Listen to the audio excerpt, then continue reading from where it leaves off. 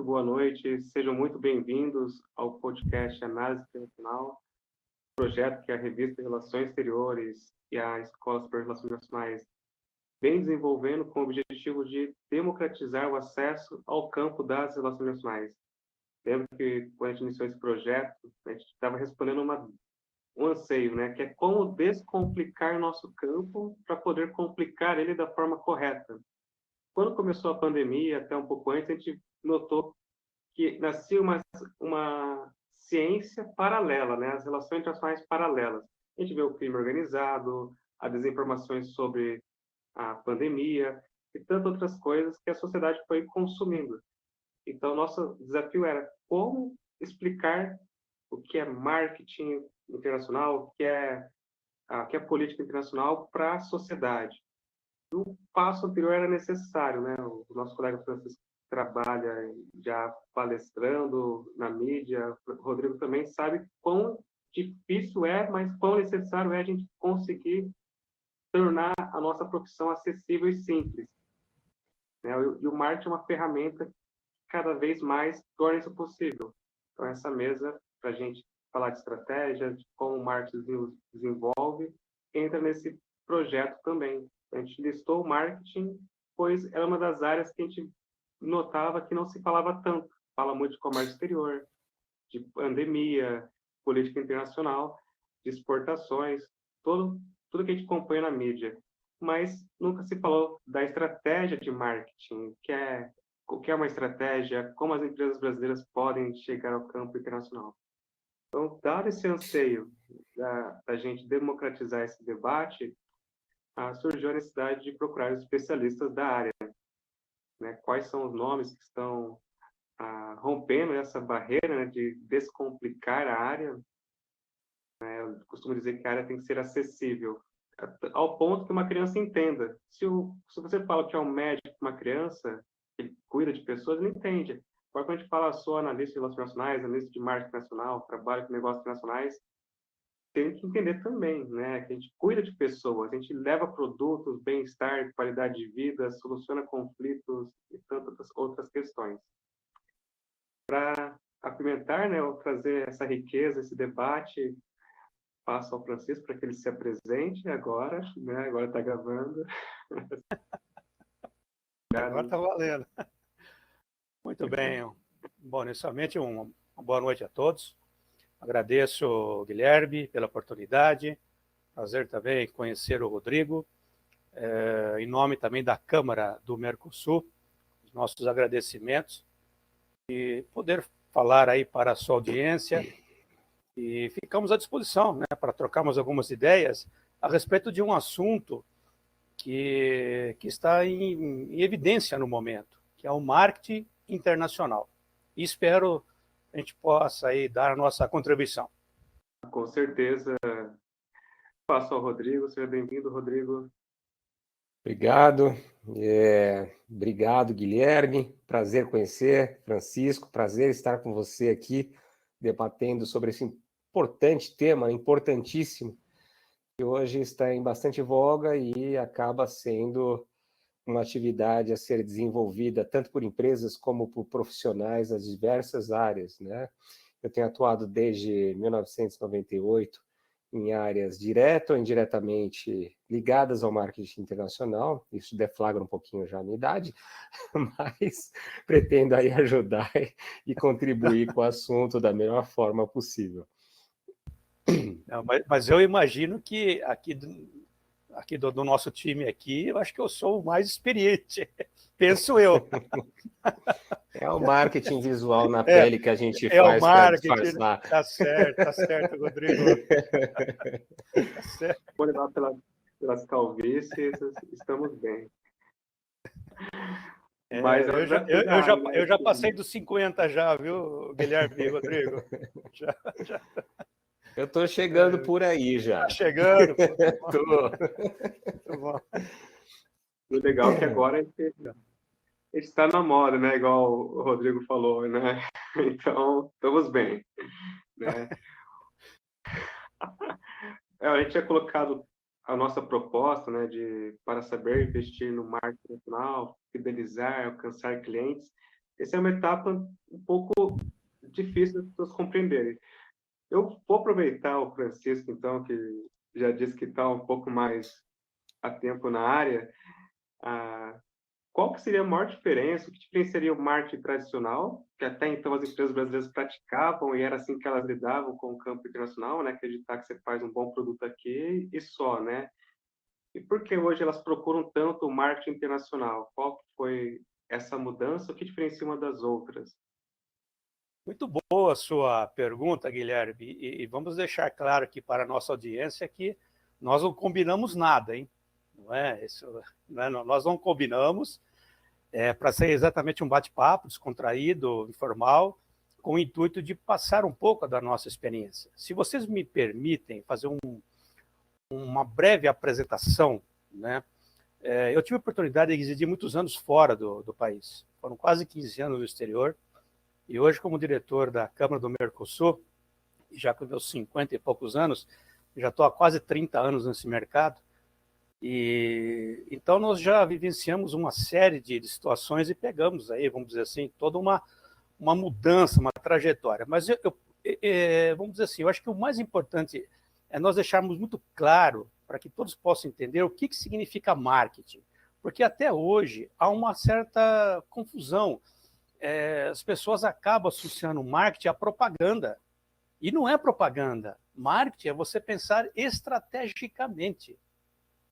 Então, hoje, com essa globalização, o marketing internacional, claro, ele facilita a inserção do seu produto em países, vamos dizer, em países destinos, vamos dizer assim.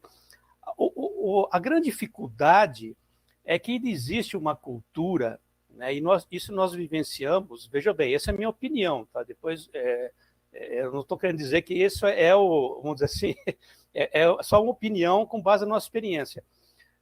Nós observamos ainda que há uma cultura que as coisas elas são fáceis, né?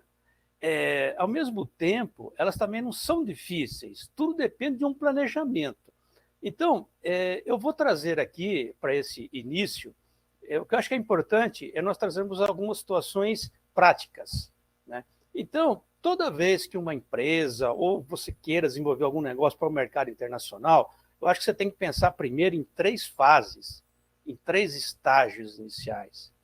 Primeiro, fazer uma pesquisa no país destino, né? Justamente para viabilizar, para perceber a cultura do país. Eu tive a oportunidade de residir na Austrália, fiquei 2 anos na China, né? Depois eu fui para Angola, fiquei 4 anos. Quer dizer, as diferenças culturais são gritantes, né? Até em termos de cores, né? Eu vou me conter um pouco, senão daqui a pouco eu começo já, né? Eu começo a desenrolar e até para que o nosso colega Rodrigo também possa, né, explanar as suas opiniões, mas, ou seja, você tem que pensar primeiro, dividir em 3 estágios. Primeiro, eu quero levar meu produto para qual país? Você não vai exportar biquíni para o Oriente Médio, não é? Entendeu? Quer dizer, hoje nós estamos até exportando café para a China, mas existe toda uma tratativa, porque a cultura na China, todos nós sabemos que é do chá, né? Vamos exportar massa para a China.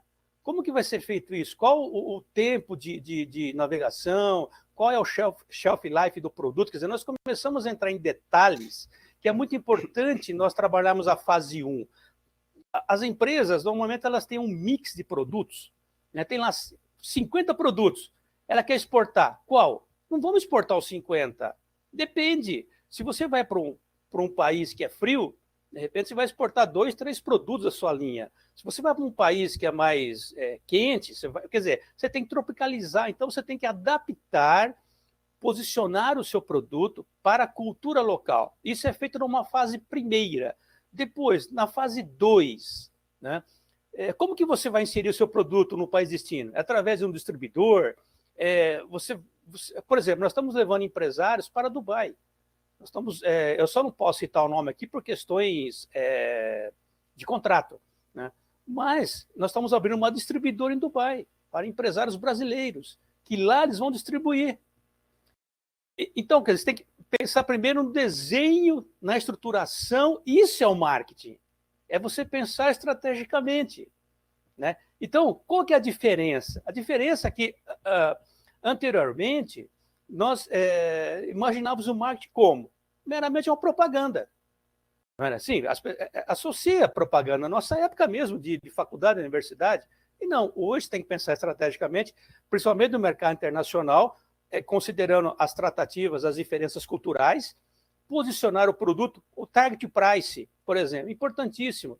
Depois eu vou citar um exemplo, até para não, de repente, já passar todas as informações, para nós irmos durante o nosso bate-papo, alguns exemplos práticos disso que eu estou dizendo. Então, Guilherme, respondendo a sua pergunta, eu acho que inicialmente você tem que pensar em 3 etapas. Primeiro, fazer uma análise no país destino que você pretende levar o seu produto. Fazer um estudo, posicionar quem são os players, concorrência, que tipo de produto vai se adaptar, a quanto eu vou vender, de que forma, enfim. Feito isso, qual vai ser a estruturação, distribuição? É um distribuidor? Vou me associar a um empresário lá de fora? Como vai ser esse desenho? E a terceira e última é você desenvolver o projeto. E aí nós vamos entrar durante o nosso bate-papo em detalhes até de questões de amostras, que eu tenho alguns exemplos aqui bastante interessantes e até engraçados, que parece que, vamos dizer assim, você acha até um absurdo, né? Mas que acontece. Aí nós vamos, durante o nosso bate-papo, explorar um pouquinho mais. O Rodrigo estava ali concordando, pensativo. Realmente, marketing é muito além daquilo que a gente pensa, né? Isso é muito comum de achar, né? Falando de transformação de empresas, às vezes me procuro, recebo mensagem e falo assim, quero levar meu produto para fora. Eu falo assim, tem que traçar uma estratégia de 2 anos, não é aproveitar uma variável cambial e achar que isso já está vendendo lá fora.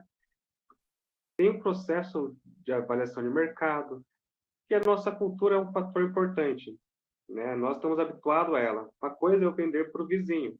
Vou traçar uma estratégia de algo que eu já conheço. Eu conheço a cultura que ele vive, hábitos, tradições, estou inserido nisso. Mas quando eu vou para o campo internacional, não basta só pegar meu produto e levar para outro mercado.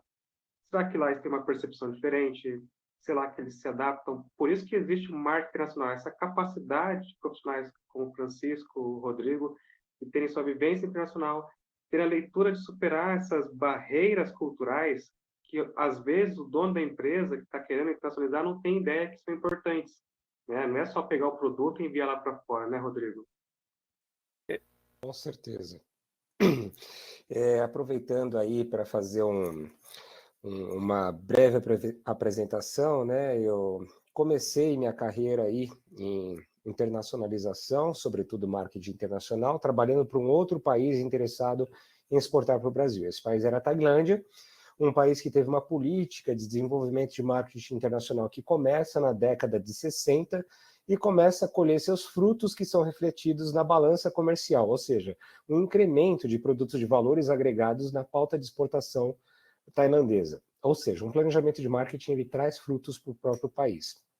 Depois fui trabalhar com a Câmara Árabe, visitando 22 países árabes aí, desenvolvendo comércio internacional com esses países e depois, junto com alguns projetos da Apex, fui expandindo para outros mercados, tive a oportunidade de viajar, conhecer mercados, assim como o Francisco corroborou, adorei os exemplos que ele deu, eu acho que são coisas que nos tornam, assim, são coisas que a gente vivencia e que realmente dão tangibilidade para aquilo que a gente vê na teoria. Agora, de maneira bastante sucinta, quando eu falo de planejamento de marketing, porque se eu for pegar todos esses exemplos, eu vou me perder aqui, contar um monte de cases, vai ficar um assunto muito legal, vai ficar um bate-papo bem bacana, mas eu vou acabar não conseguindo passar o principal miolo. Eu gostaria de trazer o que normalmente a gente chama de planejamento de marketing. Pode existir outras abordagens, mas uma que a gente gosta de tratar e que academicamente funciona é aquilo que o Francisco falou, ou seja, fazer uma pesquisa em primeiro lugar da concorrência. É necessário a gente ver a análise da concorrência, e essa concorrência hoje, sobretudo, na mesma linha de produto que eu tenho. ou de concorrências indiretas, produtos que podem substituir aquele que eu estou ofertando num determinado mercado. E depois a gente vem o kit básico do Philip Kotler, que são os 4 P's, né? Como é que está meu preço? Como é que está a praça? Né? Aí a gente fala em praça, a gente vai falar da distribuição, da concorrência também. Como é que está meu produto? E eu colocaria nesse produto como é que ele está vestido, porque o produto não deve ir nu. Quando ele vai nu, a gente fala de commodity. Quando ele vai vestido, a gente está falando de um bem que normalmente é destinado a um consumidor. E esse consumidor, ele precisa desejar aquele produto que está com aquela roupagem, que é uma embalagem, que vai conversar com esse consumidor. E o preço, que é muito importante. Quanto mais a gente trabalha em diferenciais simbólicos, e quando eu falo de diferenciais simbólicos, eu estou falando de comunicação, site, essa coisinha aqui com a qual a gente concorre no momento que a gente faz um podcast, a gente está concorrendo agora com o TikTok, uma série de coisas. Então, como eu torno esses elementos simbólicos, ou seja, tudo que não é só o produto, despido de valor. Como é que eu trago o valor de modo que o preço seja justificado? E aí eu traria mais um elemento que seria uma interdisciplinaridade, se não uma transdisciplinaridade para se tratar do tema. Cada vez mais, quando a gente fala do comércio internacional, eu gosto de tratá-lo como comércio intercultural, fazendo eco ao que tanto o Francisco falou, quanto o Guilherme falou. Ambos falaram de cultura, eu achei isso muito legal, que já jogaram a bola para mim para chutar para o gol, aí me ajudaram bastante. Eu gosto de falar de intercultural e não internacional, porque existe uma diferença muito grande entre você pegar um produto e exportar para o Paraguai, dando um exemplo, pode ser para qualquer outro mercado, sem necessariamente adaptar a comunicação desse produto. E a comunicação tem tudo a ver com marketing. E, de repente, você calcular a distância simbólica que adapta a comunicação de um determinado produto para que ele se adeque ao mercado árabe, nos Emirados Árabes Unidos, seja no Egito, ao mercado russo, ao mercado chinês, a mercados que falam outras línguas. E dado esse ambiente, a gente também vai falar que dessa cultura, desse distanciamento simbólico, que não se dá só em nações. A cultura também está em plataforma. Né? A gente está falando de tribos, a gente está falando de bolhas, a gente está falando de algoritmos que nos colocam em ambientes culturais que nos educam e interagem com aquilo que a gente vai acreditar que é desejável. Como uma empresa brasileira, então, vai lidar com esse ambiente e tornar o seu produto desejável em outros mercados. O Rodrigo também levantou a bola para me chutar agora, porque eu estava esperando essa deixa, e ele falou... Eu tive a oportunidade de residir em Angola durante 4 anos, trabalhar para o governo angolano, para uma holding. Só para exemplificar na prática isso que o Rodrigo estava comentando, em Angola, por exemplo, a palavra gema significa diamante, significa top, significa qualidade. Então, se você, por exemplo, levar um produto brasileiro para Angola e inserir no nome a palavra gema, na cabeça do consumidor, sei lá, H2O gema, um exemplo. Né? O que ele imagina quando ele vê a palavra gema no rótulo ou significa que é um produto de qualidade, porque na mentalidade deles, tudo que vem com a palavra gema significa algo de qualidade, vamos dizer assim. Então, são detalhes muito interessantes, né, que é muito importante quando você desenvolve esse trabalho no país destino. Por exemplo, café. Nós estamos exportando café para a China. Mas sabe de que forma? Café verde. Por que o café verde? Porque lá eles vão torrar, mas eles vão colocar vão fazer uma mistura que é da forma com que eles gostam. Se nós pegarmos o nosso café aqui e levar lá para a China, quando eu residi em Guangzhou, na China, só tomava café na Starbucks. Só tinha café lá. Entendeu? Então, vocês estão percebendo o detalhe? Então, você exporta o café verde e lá eles fazem todo o processo, fazem lá uma mistura e se adapta à cultura local. Por exemplo, o McDonald's na China tem chá no cardápio. Tem chá. Por que tem chá? E o MEC, ele vem no óleo, ele vem encharcado no óleo. Mas por quê? Porque o chinês adora tudo que é com óleo e o chá. Agora, imagina que no Brasil, você no MEC pedir um Mac Chicken lá, por exemplo, e tomar um chá.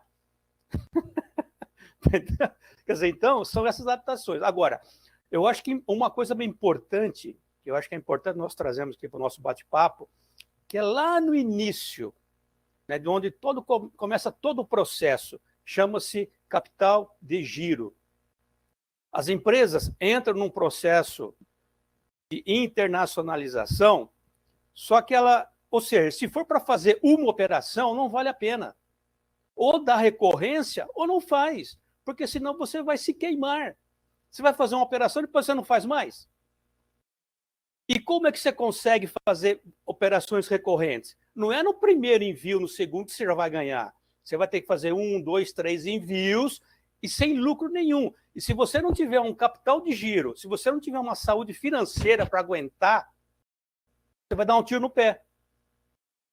Porque você vai fazer uma operação, aí você vai ficar sem capital, vai vir mais pedido, aí a sua produção não consegue atender, né? Aí você se queima no mercado. Aí vamos falar assim, o mercado internacional é difícil, é complicado. Não é complicado. É como o Rodrigo comentou, você tem que fazer o quê? Ter os procedimentos, né? Tem os estágios e mais. Não é um processo de 2 meses, 3 meses. Eu acho que é essa cultura que é muito importante. O cliente nos procura hoje, terça-feira, ele acha que na segunda-feira ele já está exportando. Entendeu? Por quê? Porque o mercado interno está recessivo e ele tem os produtos guardados no estoque. Então, vamos colocar no container e envia. Não, não é assim. Não é colocar no container e envia. Imagina como que você vai enviar massa recheada para a China. São 3 meses.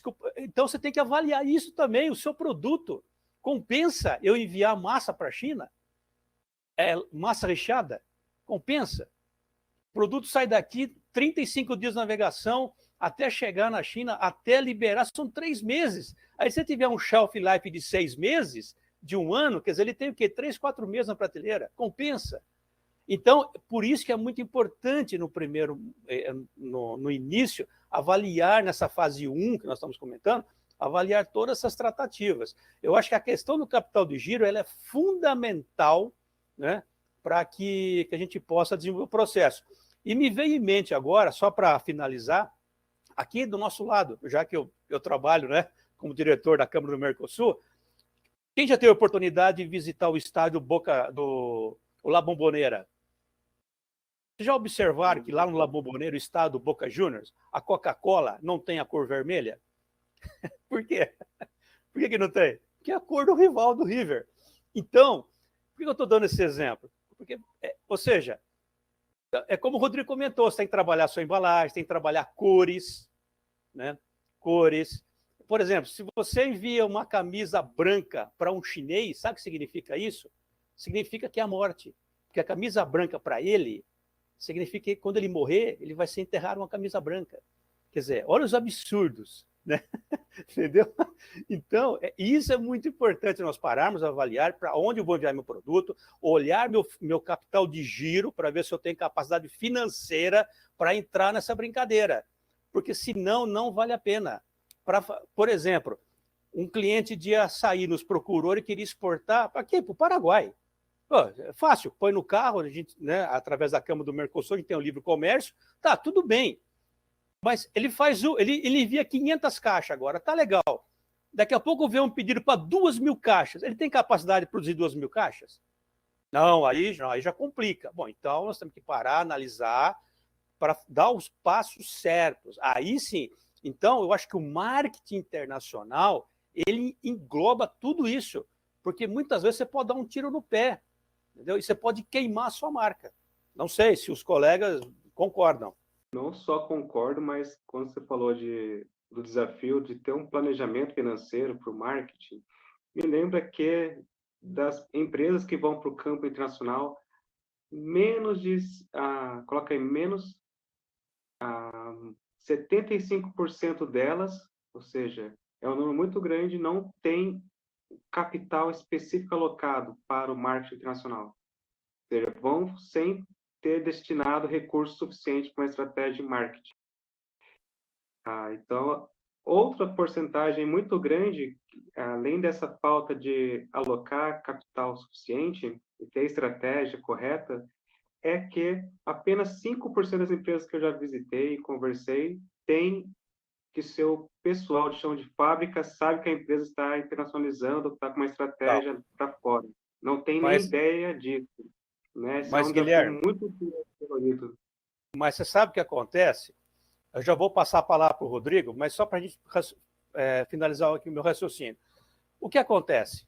Hoje, nesse mercado, tem muita gente. Só que são poucos que têm, por exemplo, a vivência do Rodrigo. Vivência no exterior. Não é passear na Disney. Eu tenho uma vivência no exterior. Fui para a Disney, fiquei um mês nos Estados Unidos. Para! Isso é uma brincadeira. Que experiência internacional é essa? Entendeu? Eu fui para a Disney. Que experiência internacional? O problema é o seguinte, tem muita gente nessa área que não tem vivência prática. Esse é o problema. Uma coisa é você viajar a passeio para o exterior.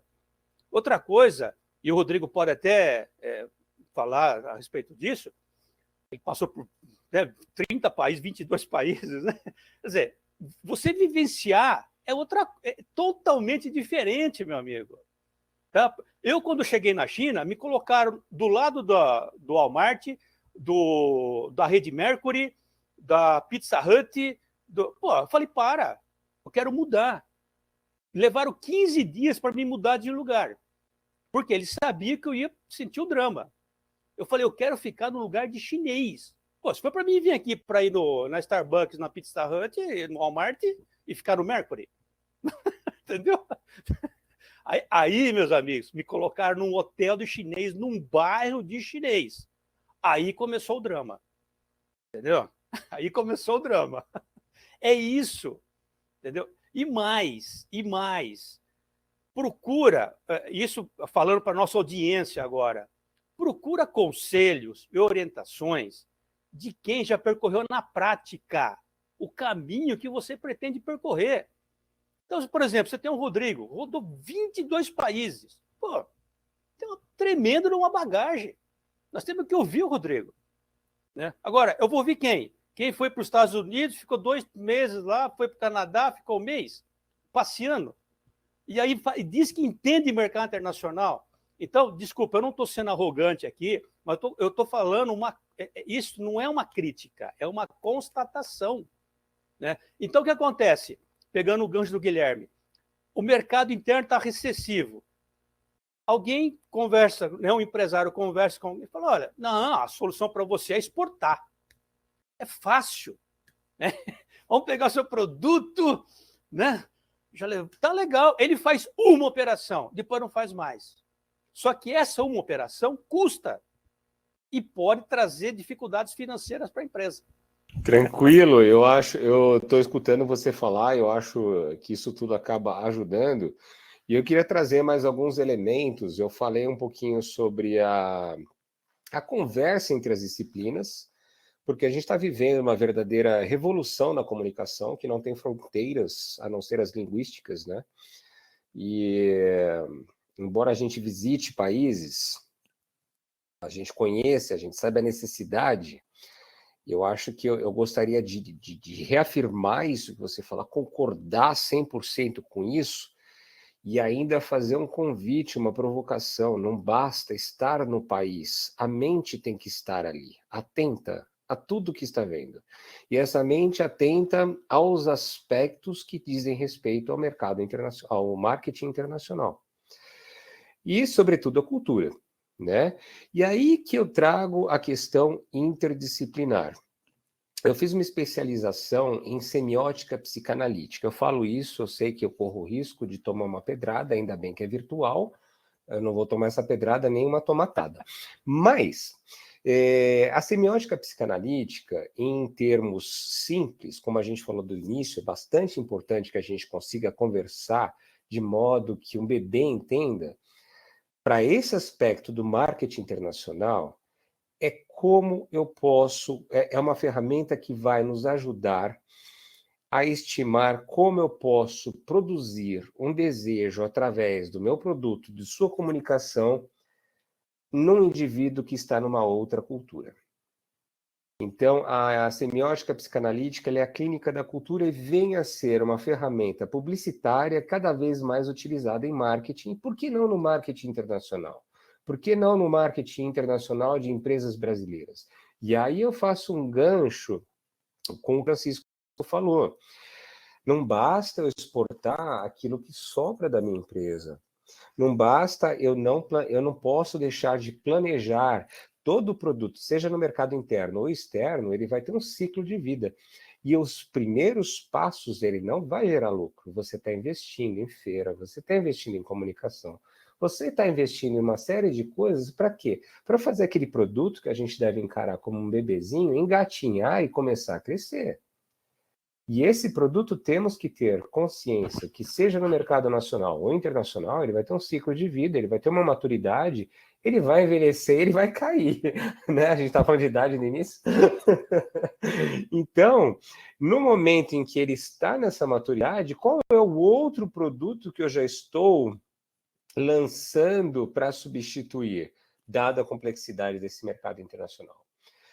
Então, eu trago aí essas questões para reflexão, e quando a gente pensa em semiótica, que a grosso modo é a ciência que vai estudar tudo que tem um significado, e produtos têm significado, um produto que está escrito Made in Brazil, feito no Brasil, ele tem um significado, ele vai ter uma percepção simplesmente por conter essa informação. Um produto que tem uma bandeira, uma cor, uma logotipagem, um produto que em algum momento ele está sendo comercializado, quando a mídia está comunicando determinadas coisas, ele vai ter outro significado, ou seja, aquele que vai interpretar o seu produto, que é o seu público-alvo, ele está sujeito a interpretações de acordo com o meio, com o universo cultural dele, que é composto pelo país, pela cultura, pelos valores, e cada vez mais por esses meios eletrônicos, nos quais a gente está imersos, né? A gente está imerso nesses meios. Isso vai influenciar como a gente percebe os produtos e, dentro dessa linhagem, dentro do que nos interessa, os produtos brasileiros. É importante a gente fazer essas reflexões para exportar. É difícil? Não, não é tão difícil. É uma loucura. Caramba, esse cara falou tanta coisa. Não, é simplesmente falar como tornar meu produto desejável dentro desse ambiente que a gente tem. A gente faz isso o tempo todo. Tá vendo o TikTok, tá vendo vídeo, tá vendo o Facebook, tá vendo um monte de coisa acontecendo. Por que eu me atraí? E eu vou contar um exemplo aqui para vocês bastante interessante, que esses algoritmos nem sempre acertam. Quando a gente faz pesquisa de marketing, é muito importante a gente fazer pesquisa de cultura, tanto para adaptar a nossa estratégia mercadológica para uma outra cultura, quanto às vezes para construir um storytelling, um repertório mercadológico que seja atraente. Então, pensando nisso, eu gosto de ficar pesquisando a nossa cultura, a história do Brasil, e eu estava pesquisando uma cultura africana, né, que era a cultura Vodun. Os algoritmos entenderam que eu estava pesquisando voodoo. A partir do segundo dia, o que veio de boneco de voodoo para mim, falei, gente, mas não é isso que eu estou procurando.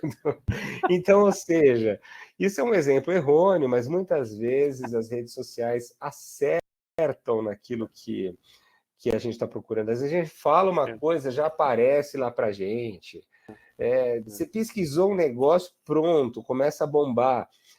A gente, então, de alguma forma, já está dentro desses mecanismos. Dentro desses mecanismos, né, que são cada vez mais digitais, alguns pesquisadores chamam numéricos, sobretudo as escolas francesas, mas a gente pode usar o termo digital, e esse digital é intercultural, esse digital é internacional. Se a gente lida com isso, o profissional de relações internacionais, o profissional de marketing internacional, ele pode começar a observar esses ambientes usando o ferramental que ele tem. Usando, por que isso está aparecendo para mim dessa forma? Isso pretende provocar meu desejo de compra? E por que é desejável? Um outro exemplo, só para terminar, e eu também não roubar espaço demais de vocês. Um exemplo que é bastante interessante, as propagandas automobilísticas, né? Você tem um carro, que normalmente você vê na TV, você está sentado aí, eu estou falando de publicidade, não de marketing, mas que está ligado a marketing. A gente vê aquele carro que passa no ambiente, com aquele sol no fundo, tá cheio de barro na estrada, sobe uma montanha, desce, aí passa debaixo de uma cachoeira, aí o cara sai do carro, sempre com alguém assim muito interessante do lado, né? Dá uma olhada para aquele sol, cheguei, conquistei, tá no topo. O que acontece? Quando muito, você não vai estar nesse carro nem naquele lugar. Você pode comprar o carro, mas muitas vezes você vai estar parado no trânsito, quem está em São Paulo, na Marginal, às vezes lá, mas o Chovendo. simbólico, chovendo, né? A cachoeira. Lembra a cachoeira? Mas o simbólico que aquela publicidade traz para você é sensorial. Você está no carro que vai para a cachoeira, que vai para aquilo tudo. Então, esse mundo simbólico, esse mundo fantástico que nos é criado, a gente precisa começar a observar e trazer como prática para as nossas implementações estratégicas de marketing e esse marketing internacional. Rodrigo, você assim me deu um gancho interessante. Até parece que o nosso time aqui, nós estamos bem entrosados, né? Porque nós estamos levantando a bola para os colegas chutarem, né? Só fazer o gol. A questão do marketing, me vem em mente também agora aqui a seguinte situação. Nós estamos focando muito marketing internacional, mas em produto. Mas nós também, como profissionais, somos um produto. Então, por exemplo, se eu pegar um avião aqui e ir num país destino para negociar com um empresário, por exemplo, em Dubai, eu tenho que saber exatamente qual é o marketing, não é fazer minha propaganda, mas quais são as estratégias de uma negociação internacional, por exemplo, em Dubai, com um africano, na China, por exemplo. Né? Isso é fundamental para o mundo dos negócios. Né? Isso quando você quer fazer coisa séria, né? Você quer dar uma recorrência, quer fazer exatamente desenvolver o mercado internacional. Então, eu acho que o marketing internacional, nós estamos focando, nós pensamos em produto, mas eu acho que vai também um pouco para essa linha vamos dizer assim, da política, né, das regras de negociação.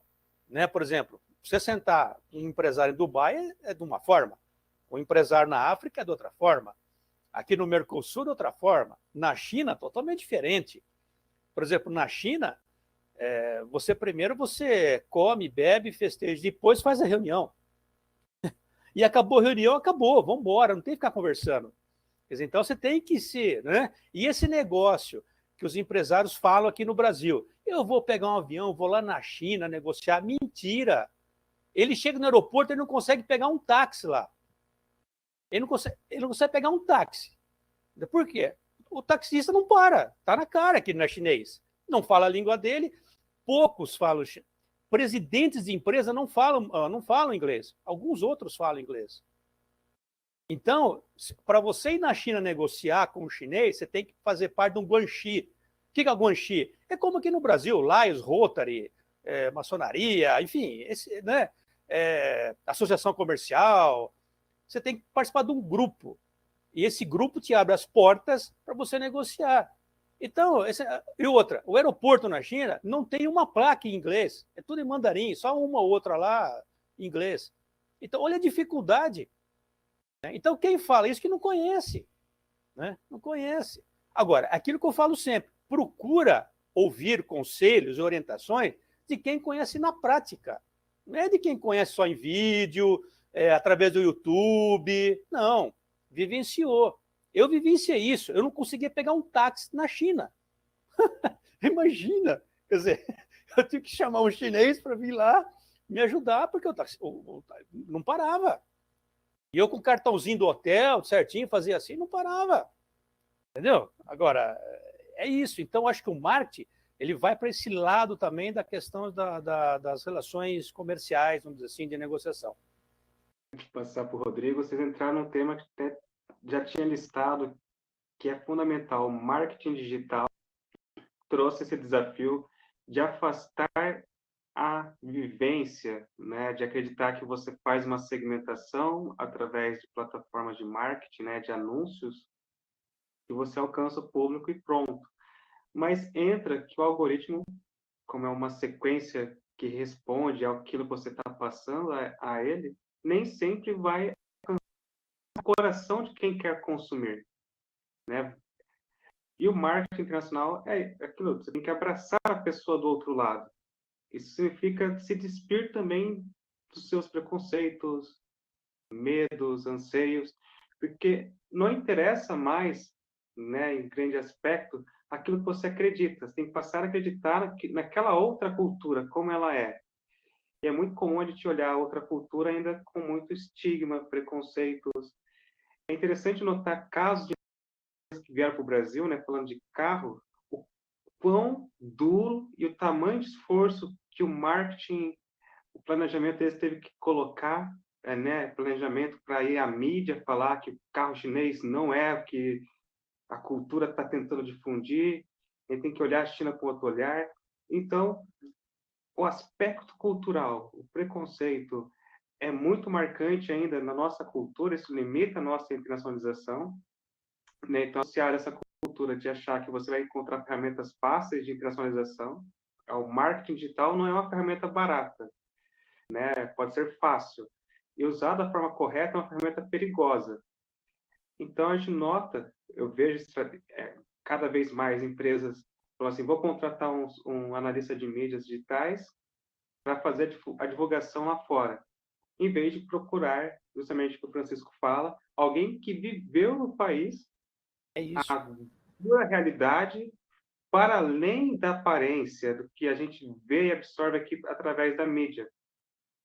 Esse é um desafio muito grande. Passo para até o entender do Rodrigo, ele fala de negócios internacionais, semiótica, o marketing digital, como pode ser utilizado da forma correta para uma estratégia de internacionalização. Se você tem visto casos, né, de cases de que o marketing digital contribuiu e outras que não, né, para romper essas barreiras culturais.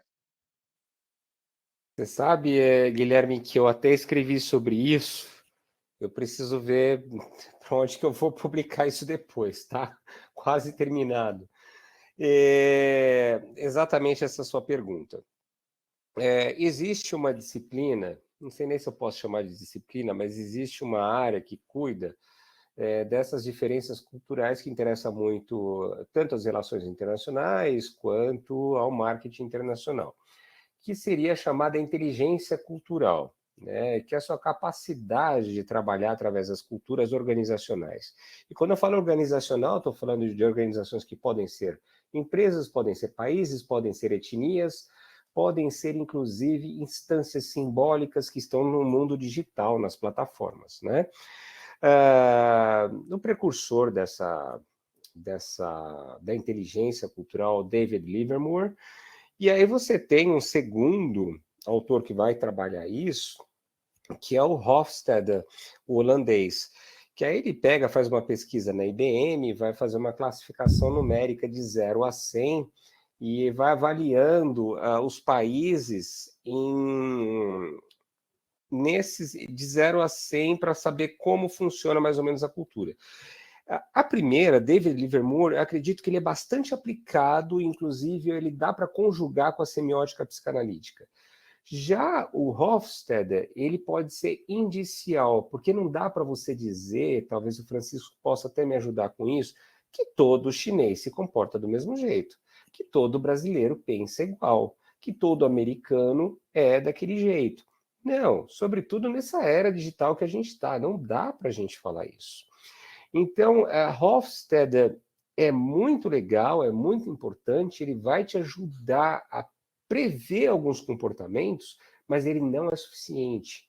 Ele não vai dar conta do ambiente dinâmico que a gente tem, mediado por plataformas. Daí que eu trago um pouco da semiótica psicanalítica, que é a clínica da cultura, que aí você vai usar uma ferramenta abstrata, mas é uma ferramenta que vai te ajudar a enxergar que você tem algo a mostrar, que você vai ter que produzir uma forma de mostrar isso, e essa forma vai produzir algo na mente daquela pessoa que vai ver aquilo. Isso tem tudo a ver com marketing. Você tem um produto, você tem formas de mostrar esse produto, que é embalagem, catálogo, feira, sua negociação, o cheiro, tudo que está em volta, que tem relação com aquele produto, vai comunicar algo sobre ele. E como aquela pessoa, inserida em outra cultura, vai perceber aquilo. O que eu quero que ela perceba? Qualquer coisa que produza desejo de compra, né? Então, aí eu acrescentaria essa inteligência cultural de Hofstede, essa clínica da cultura, com esse ferramental publicitário aí. E David Livermore fala uma coisa muito interessante, que é o que você falou, que ele tem 4 dimensões. A primeira dimensão dele é ter interesse pela cultura do outro, em primeiro lugar. Se você não tem interesse, tem aquela barreira inicial, que a gente tem isso, né? Nossa, aquele cara come estranho, olha que cara rota na hora que come, não sei o quê. Tem uma série de coisas. A gente tem essa tendência em ver o outro como estranho, e o estranho, como diz Freud, pode causar repulsa. Então, a gente precisa vencer essa barreira do estranhamento, ter o interesse, a partir do interesse, desenvolver estratégias para adquirir conhecimento, depois aplicar esse conhecimento efetivamente na forma de negociação, nas peças mercadológicas, em tudo que a gente vai utilizar para comunicar o nosso produto de forma que ele seja desejável dentro do contexto brasileiro. Digo, no contexto brasileiro, exposto para o mercado externo, né? Eu posso, Guilherme, complementar? Fazendo... Posso? Eu vou até passar aqui uma questão, vamos dizer assim, que eu utilizo no meu dia a dia. Eu acho que todos nós, na nossa geração, nós fomos educados, criados e orientados, né, sempre a desenvolver um business plan, um plano de negócios, do início para o fim. Hoje, o que eu faço? Eu vou no fim, eu começo pelo fim. Por quê? Entrando nesse tema do marketing digital. Porque normalmente você, né, desenvolve um projeto para ir para a Disneylândia. Mas, na realidade, quando você vai implementar esse projeto, você descobre que só tem recurso para ir até o Beto Carreiro World. Eu não estou desmerecendo o Beto Carreiro World, não é isso. Eu estou dando um exemplo. Não, nós vamos fazer, nós vamos acontecer, nós vamos arrebentar, nós vamos ficar milionário. Tá, vamos. Entendeu? Aí chega no meio do caminho, né? Descobre que não. Entendeu? E aí existem os marketplaces inúmeros, né? Então, não quero vender meu produto, vamos colocar numa plataforma. Quer dizer, enfim, aí nós voltamos na nossa conversa inicial. Tudo depende de um planejamento e daquilo que efetivamente... Primeira coisa, avaliar que tipo de produto que você tem em mãos. Né? Que tipo de produto? O que é? Aí sim, aí nós vamos saber de qual o melhor caminho. E começa pelo fim o seu business plan, para exatamente fazer aquilo que é viável. Né? Porque nós estamos acostumados a receber aqui consultas justamente de empresários que entraram no processo e no meio do caminho ficaram sem fôlego. Então, a teoria ela é linda, mas o mundo na prática é outro. O mundo na prática é totalmente diferente. Por exemplo, um tempo atrás, uma empresa nos procurou, que ela foi numa feira, acho que foi Suécia, agora não estou muito certo, trabalha com móveis. Fecharam um grande pedido, chegaram aqui no Brasil, produziram e enviaram esse pedido para lá. Só que eles entregaram para uma empresa de logística, que também é fundamental no marketing internacional. Logística. Entregaram esse produto para uma empresa de logística que não tem know-how. Adivinha como que chegou esse produto lá? É a mesma coisa você pedir uma pizza e chegar um calzone na sua casa. Por quê? O motoboy, ele vem com a moto e a pizza vem e chega, é um calzone. Fala, não, eu pedi pizza. Não, esse aqui é calzone. Entendeu? Ou seja, então, olha os detalhes, né? Mas isso é aquilo que eu estou comentando. Quem que tem essa visão? Quem conhece na prática. Recentemente, um outro case. Uma empresa entrou num processo aí, né? Bom, enfim, tinha que enviar as amostras, né? O cliente lá pediu as amostras. Só que para enviar as amostras, ficava em torno de $4.000. Aí, quem que vai pagar? Perceberam? Era mais de 400 quilos. Mais de 400 quilos numa companhia aérea. São 4 ou 5 pessoas. Ficava mais de R$20.000 só para enviar as amostras. Entende? Agora, quem tem bagagem, experiência e visão do negócio, já começa a traçar todos esses caminhos. E aí, com tudo que nós estamos comentando aqui, até eu estou vendo uma pergunta aqui da Melquisedeque, né? É isso, Guilherme? Ela está perguntando, por que não existe um curso de marketing internacional? Né? Que é especificamente para marketing internacional. Por quê? Você imagina colocar um professor teórico para dar essa disciplina? Não é? Então, se vocês pegarem os cursos de mercado internacional, vários professores têm pouca bagagem internacional. Essa é a diferença. Então, vocês viram o caso da logística, de enviar o produto lá para fora, envio das amostras. Na época da pandemia, eu tenho mais um minutinho, Guilherme, só para terminar o raciocínio. Na época da pandemia, nós temos um cliente lá no Nordeste. Eu acho que é importante exemplificar, trazer para a nossa audiência entender como que é a engenharia do negócio. Um cliente no Nordeste, ele comprou 1.500.000 válvulas, bem quando estava a pandemia, aquele momento, era um grande distribuidor lá. Bom, 1.500.000 válvulas, na época da pandemia, não tem sentido trazer por via marítima. Entendeu? Precisava chegar aqui com rapidez, por via aérea. O frete estava lá em cima, absurdo. Resumindo, o pedido ficava em R$1 milhão e o frete ficava em R$1 milhão. O frete era o valor do pedido. Só que tinha um detalhe.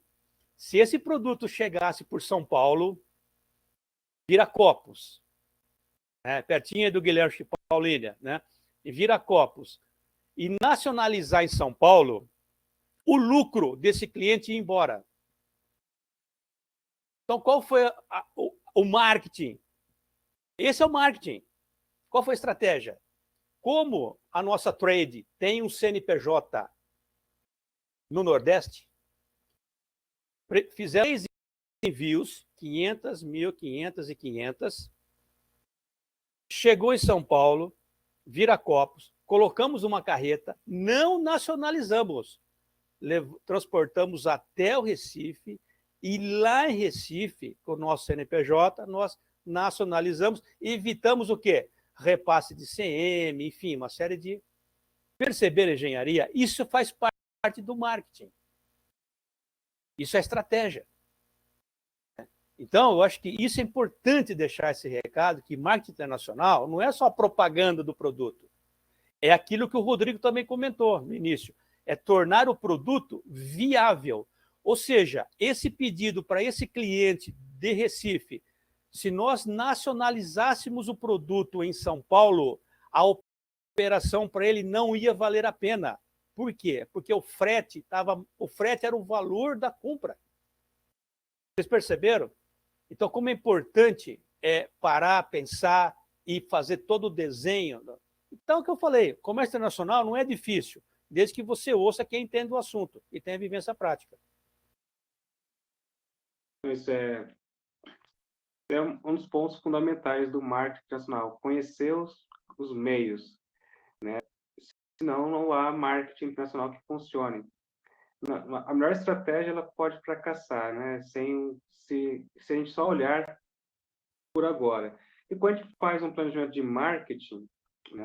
Faz o planejamento, muito mais do que sobre onde a gente vai chegar, é sobre quem somos agora, né? Tem que avaliar friamente quem somos.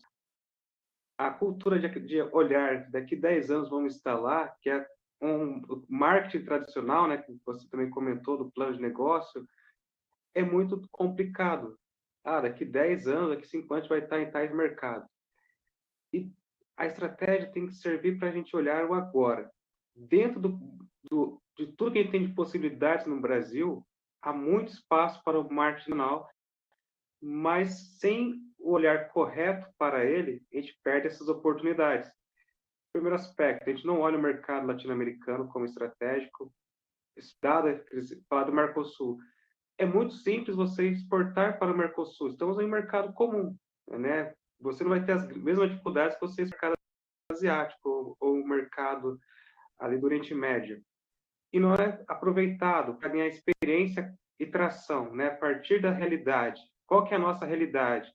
Hoje, se 10% da população brasileira falasse espanhol, eu garanto, o Brasil cresceria 3, 4% ao ano, porque a gente passaria a ver oportunidades que a gente não vendo, né? Por isso que sobra oportunidade para o campo do marketing internacional, porque os poucos que falam e têm a vivência internacional conseguem trazê-las para a realidade.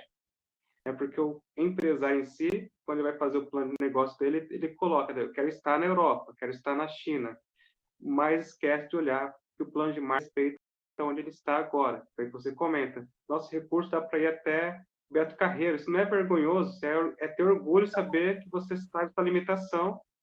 Vai ao Beto Carreiro, aprenda o máximo ali, Isso. e logo vai alcançar outros mercados. Não ao contrário, a gente olha para o fim, né? A Disney esquece que se você não passar pelos seus desafios locais, pelo seu tamanho e potencial, você nunca vai estar preparado. Por isso que as estratégias morrem no caminho, né? Que você fala, falta fôlego. Esse fôlego foi porque você, em vez de olhar uma corrida de 100 metros, olhou uma de 500. Você já desiste nos primeiros metros, quando você vê que vai ser muito mais do que você quer. E dentro do marketing internacional, né, digo, de ver muitos casos de fracasso de empresas que voltam ao Brasil, a gente pode falar de empresas que vão para a Europa, né, igual tivemos a Boticário, vamos abrir na Europa, ou Natura, vamos abrir outros mercados, chega lá a cultura é diferente. Em vez de aproveitar a cultura do Chile, que é muito parecida, olhou para o fim, esqueceu de olhar onde está. Então, Rodrigo, nosso tema é desafio de implementar uma estratégia de marketing e passa por isso, que é a nossa cultura ainda de olhar os negócios é muito complicada, né?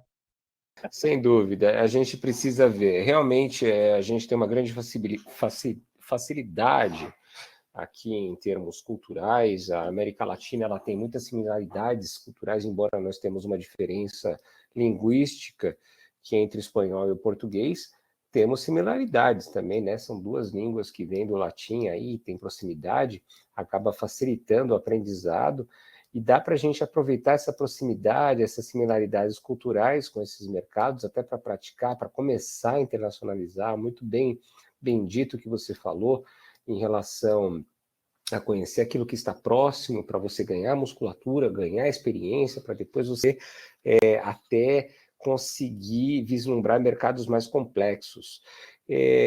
Por outro lado, nada pode ser impeditivo, né? Se você tem um gosto, você de repente é descendente de árabe ou tem uma familiaridade com determinadas culturas, uma curiosidade muito grande faz parte de você conhecer coisas diferentes, nada impede, por que não? Mas eu acho que essa dica é muito... E hoje o próprio Brasil é um solo para o desenvolvimento do marketing internacional. Se a gente não está indo, tem gente vindo. E a gente concorre com quem está vindo. Então, não há como sobreviver sem pensar em marketing internacional. Você não faz marketing só para o Brasil, porque você vai concorrer com aquilo que vem de fora. As grandes marcas são multinacionais. O desejo que nos é de alguma forma influenciado pelas publicidades, seja do carro, seja lá do que for, eu dei o exemplo do carro aqui e do voodoo, né? Mas essas coisas estão no nosso dia a dia. Então, ter o marketing, uma estratégia de marketing Isso é muito importante dentro das empresas, que seja voltada para o mercado externo, para uma inteligência cultural, para compreender as outras culturas, é muito importante, porque o mercado lá fora, o consumidor lá fora, o comprador, ele não vai estar contente de saber que ele está comprando o resto, o que sobrou do nosso mercado. Para efeito de competitividade, o produto tem que ser preparado, o produto, o serviço, o profissional tem que ser preparado para conquistar o interlocutor dentro da cultura onde ele se encontra. Isso vai de encontro com o que o Francisco falou, com entender, com pegar um táxi, com falar as línguas. Até aproveito, não sei se eu posso dizer isso, é grátis. Hoje, nesse evento, eu deixei gratuitamente a versão do e-book que eu tenho, do e-book, na versão Kindle que eu tenho de um livro que é para criar empatia com outras culturas, tem 22 línguas e faz uma análise linguístico-cultural de diversos povos. Você aprende a distinguir o que é um chinês, um coreano, um japonês, um persa de um árabe, um turco de um árabe, que a gente faz muita confusão.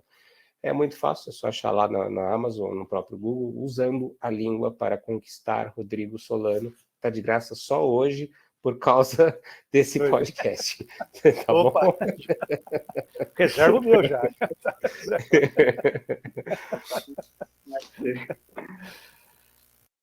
Mas é isso mesmo, a gente tem que compartilhar experiências, materiais. Algo que eu digo aqui, né? Tem que montar uma escola de relações internacionais.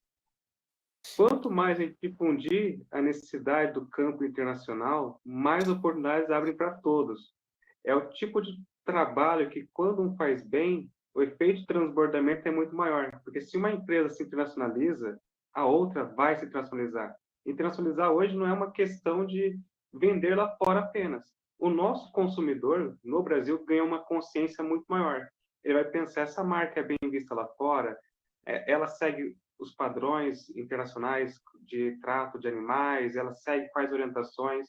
Essa percepção do consumidor é importante. Eu digo assim, internacionalizar ou pensar sua estratégia de marca, ela tem que ser tão forte que o concorrente lá de fora não quer nem vir para cá, porque você vai estar ditando um padrão que ele nem vai conseguir alcançar aqui, né? Por que as marcas chegam ao Brasil? Porque elas notam fragilidades que ela pode explorar. Esse é um ponto do marketing. Qual que é o meu ponto forte para chegar no Brasil? O produto chinês aqui da Xiaomi vai chegar no Brasil e dizer, olha, tem um preço melhor, tem uma logística melhor, a gente tem a assistência, a acessibilidade, elementos que estão faltando no mercado. Parte do marketing é avaliar qual que vai ser a nossa entrada. E muitas marcas vão explorar isso. As marcas brasileiras que fecharam as portas na área de produção de celulares, quais foram os erros dela com o mercado brasileiro? Elas tinham uma leitura que era prejudicial, elas não pensaram em crescer para fora, ao ponto de que nenhuma concorrência viesse para cá. Lembro, né, no processo de industrialização lá da Coreia do Sul, foi também parecida com a nossa, né, desenvolvimento da indústria nacional, a tarifas superiores para produtos que viessem de fora. O governo chinês, o governo coreano dizia várias vezes: se preparem, porque em algum momento esse conforto que vocês têm vai acabar. Então, não é melhor que vocês olhem para o mercado internacional e vejam como ser melhores do que eles? E quando essa barreira cair, você não só vai estar preparado para uma concorrência, como também vai conquistar mercados. Essa mesma consciência não foi passada no Brasil, né? Isso foi um problema. E aí a gente continua, né? Assim, a gente tem que pensar nas feiras internacionais ainda. A gente não valoriza muito. E nem as nossas feiras a gente valoriza, né? Temos feiras no agro, estamos voltando agora, feiras de tecnologia, vários eventos importantes que as empresas não estão indo mais, né? Bem como custo, mas são através das feiras que difunde as tecnologias, os conceitos ainda, né? Basta ver a Canton Fair, as feiras da moda em Paris, eventos importantes. E aí, como o Francisco tem essa vivência maior e o marketing internacional nasceu dessa necessidade de romper essas amarras culturais, que já foi bem ditas, ter a ideia de que não é só vender, se localizar de forma que se mescle com aquela cultura, né? Tem um caso brasileiro que é sensacional, que é o da Havaianas. Você vai na Austrália, parece que é um produto deles já. Eles nem conseguem imaginar como produto Na brasileiro, só que Austrália, eles e, adoram a Havaiana lá, né? então eu pergunto para você, né? Era a última questão para a gente fechar, senão a gente vai até de madrugada. Que deixa eu procurar aqui no chat, até já tinha colocado ela. Era o último tópico para, né, as Pergunta feiras e os fácil, hein, eventos Guilherme? Pergunta fácil, hein? Nada difícil, hein? Né, de Rodrigo? dólares. Faz umas perguntas difíceis para nós aí, né? Aquelas combinadas, hein? Essa foi aquela que trocou mensagem, que já sabia a resposta. As feiras e os eventos setoriais vão continuar com a mesma importância, né, como o mesmo espaço para a difusão de tendências de marketing, de consumo, né, ou digital, vista a pandemia, hoje há alguma mudança? Como a gente pode traçar, né, as feiras daqui para frente? Você quer falar, Rodrigo? Quer ir primeiro, Rodrigo? Tá tranquilo? Pode ser, eu posso falar.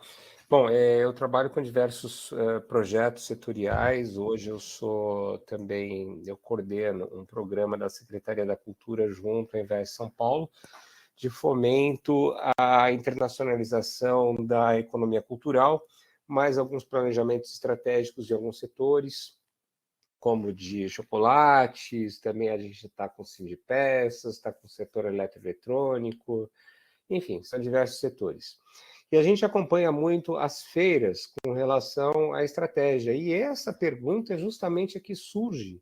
E são perguntas que nós, além de trabalharmos, nós refazemos essas perguntas às empresas.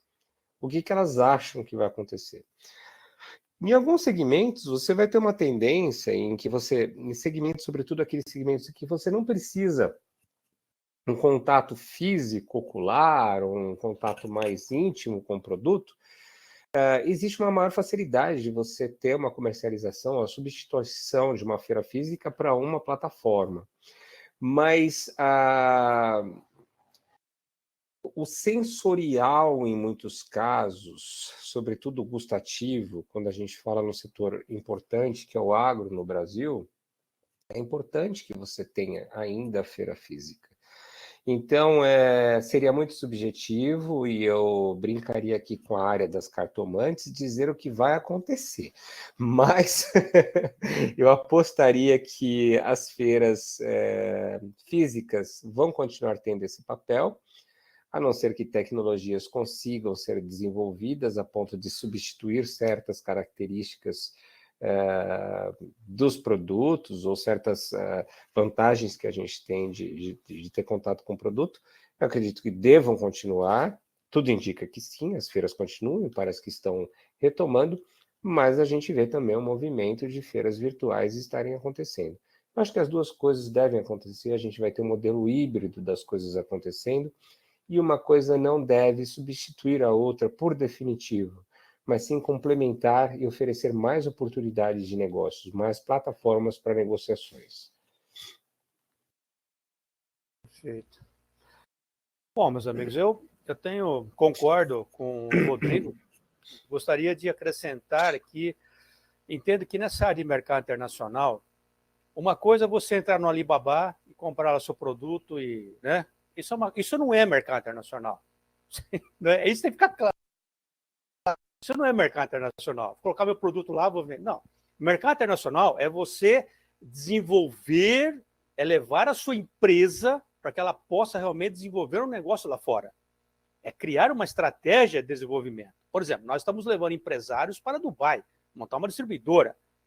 Ele vai ter que se reunir, participar de feiras. Como que ele vai fazer aqui do Brasil? E outra, tem que ter contato físico. Na hora de assinar o contrato, tem que pegar o avião e ir lá. Sentar cara a cara, olho a olho, para assinar. Ninguém vai assinar contrato, ninguém vai comprar, fazer, né, fechar pedidos só pela internet.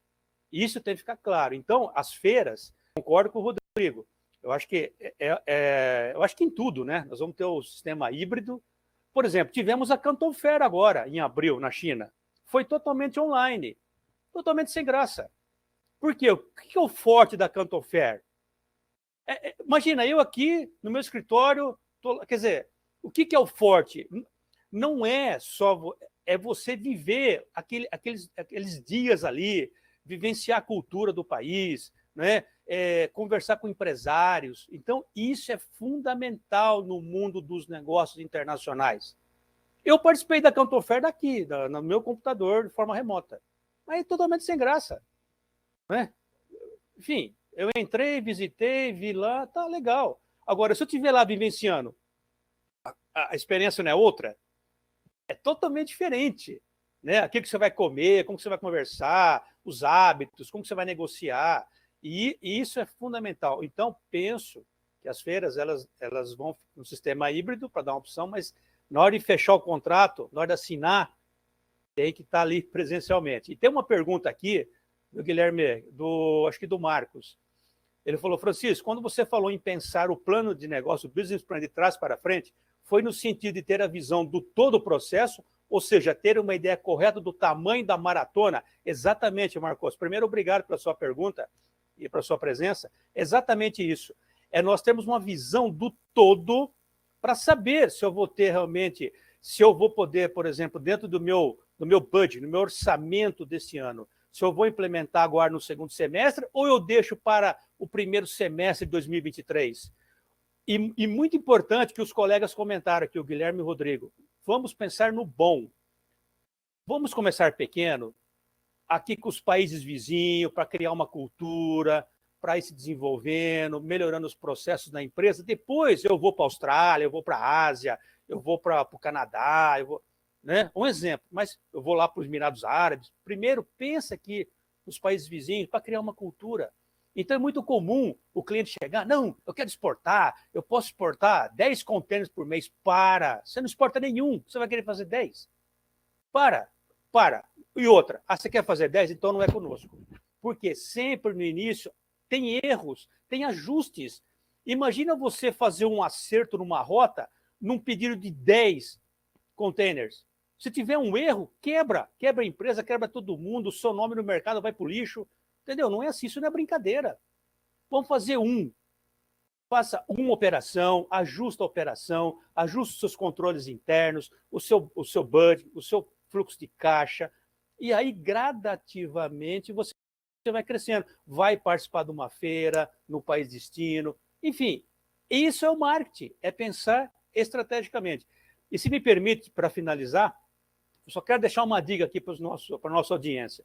Toda vez que você for conversar com alguém, que você for se orientar, pedir uma opinião, faça o seguinte, pega uma folha de caderno, divida ao meio e coloca assim de um lado, discurso teórico e discurso prático. E aí você vai conversando com o mentor, o professor, o consultor, né, o quem sabe tudo, né, que vai fazer a sua empresa triplicar o faturamento em 3 meses. Né? Você entra na internet, o que nós encontramos na internet? Não, fatura 1 milhão, em 3 meses, em 1 mês eu vou triplicar suas vendas. Pede o imposto de renda dele para ver como que ele está. Pede. Uma vez uma pessoa chegou para mim, não, Francisco, eu falei, amigo, me dá seu imposto de renda para me ver. Você vai me ensinar a querer ganhar dinheiro? Deixa eu ver você primeiro. Entendeu? Então, tem muita gente na internet querendo vender as coisas que não sabe nem administrar a empresa própria dele. Entendeu? Entende? Então, pega uma folha, divide ao meio, coloca lá, discurso teórico, discurso prático. E aí você vai anotando quantas vezes o consultor ele te deu exemplos teóricos e exemplos práticos. E no final você conclui, entendeu? Se era só teoria ou se nós tínhamos um pouco de prática, realmente de vivência. Aí você decide o que você quer fazer, para você não contratar gato por lebre. Então pense nisso. Um ponto que é importante, né? Fazer o fechamento. E a pergunta que vai chegar na cabeça dos nossos colegas é como encontrá-los, né? Projetos, parcerias, cursos, treinamentos, materiais que tenham desenvolvido, né? Passo para o Rodrigo fazer o convite, né? O famoso jabá, que é depois você nos manda também que eu compartilho. Tivemos 43 inscrições e aí é interessante que a gente passe para eles os contatos, as informações. Legal, gostei da oportunidade da gente poder fazer isso. eu vou tomar liberdade de mandar aqui meu LinkedIn para conectar. Eu coloco aqui no chat para vocês poderem se conectar comigo. Fiquem à vontade, por favor. Lá, eu não sei por que está dando assim, que não dá para se conectar comigo, que só pode seguir. Vai lá do ladinho na setinha e dá conectar, que dá sim. Dá para vocês conectarem comigo. O LinkedIn tá me proibindo de fazer conexão? O que é isso? Acho que é por causa do número de pessoas. Fiquem à vontade. Além disso, já que a gente está com esse grupo de pessoas, são pessoas da área, eu vou revelar para vocês mais um benefício, já que a gente está aqui para entrar em contato, para a gente poder ter informações. Esse livro aqui fala Sem Fronteiras, é o meu primeiro livro, né? Esse que eu divulguei é o segundo. É Sem Fronteiras para o Sucesso, é um guia para internacionalização para profissionais, para negócios e para produtos. Ele fala de marketing internacional e ele fala da internacionalização também dos negócios. Entra no site da editora, eu vou colocar o link para vocês e digita segredo, né? Segredo, estou num podcast querendo segredo. Digita lá o cupom Sem Fronteiras, que tem um descontaço de 30%, quem tiver interesse, tá bom? Não contem para a editora que eu estou divulgando aí o cupom, tá?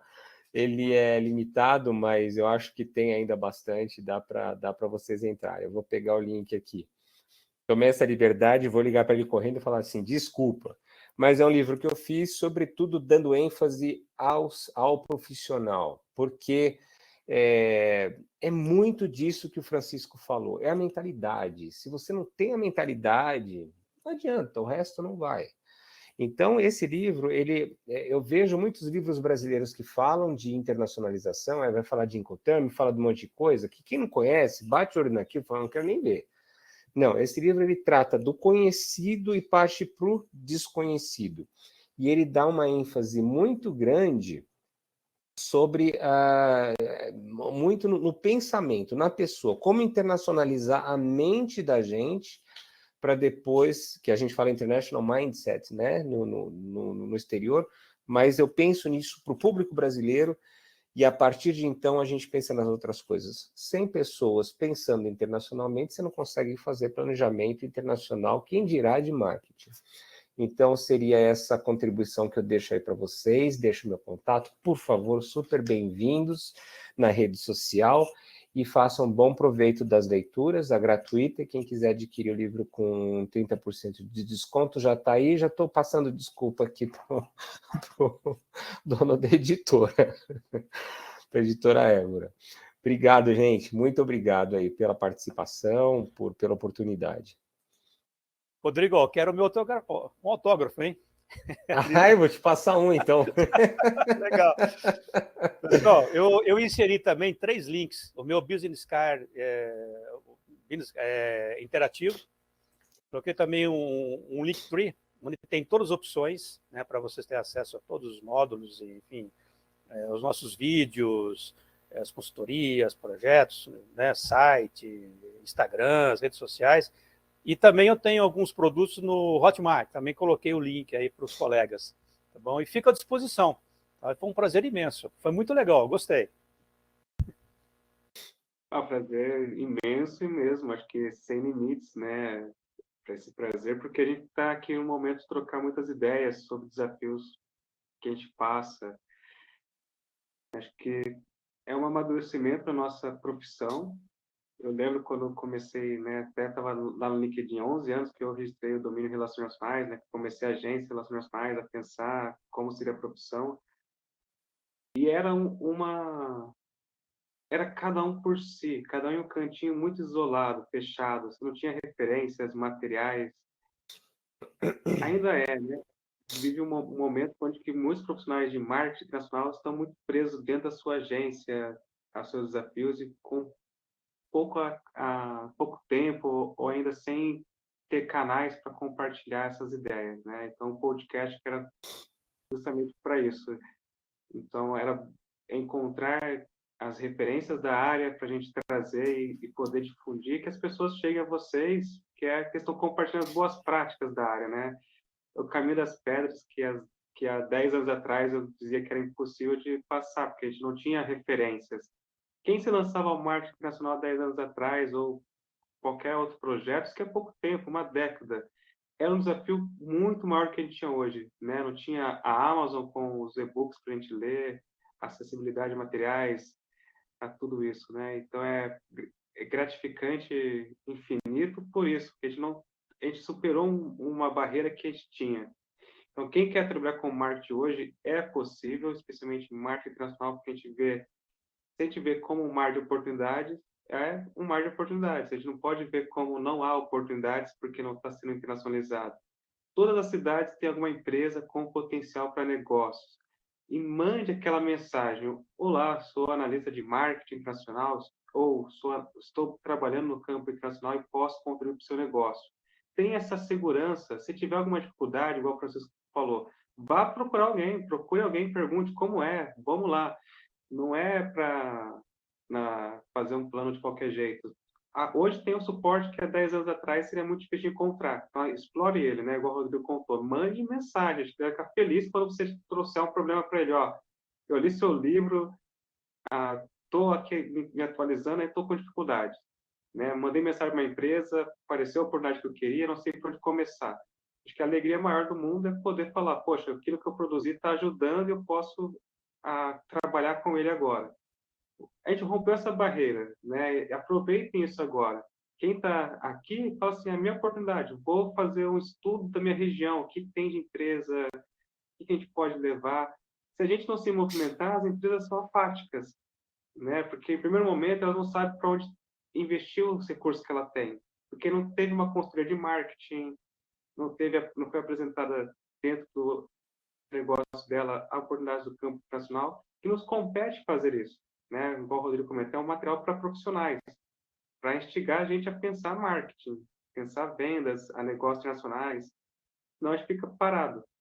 Depende do nosso protagonismo agora. Né?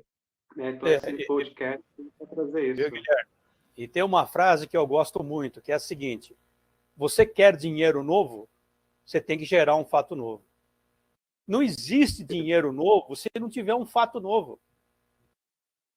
Então, é isso.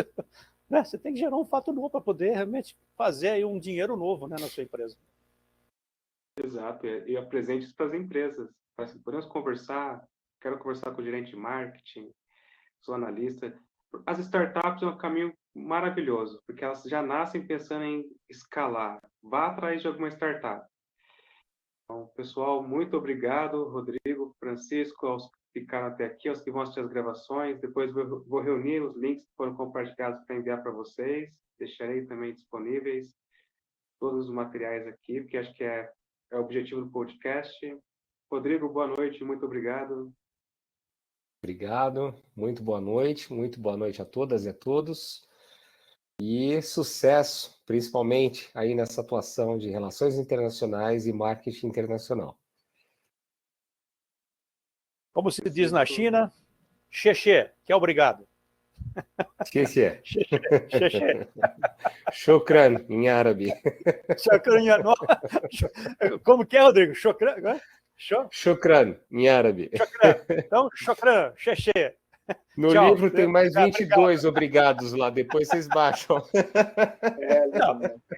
Ô, Guilherme, isso faz parte do nosso marketing, né? Né, Rodrigo? Né?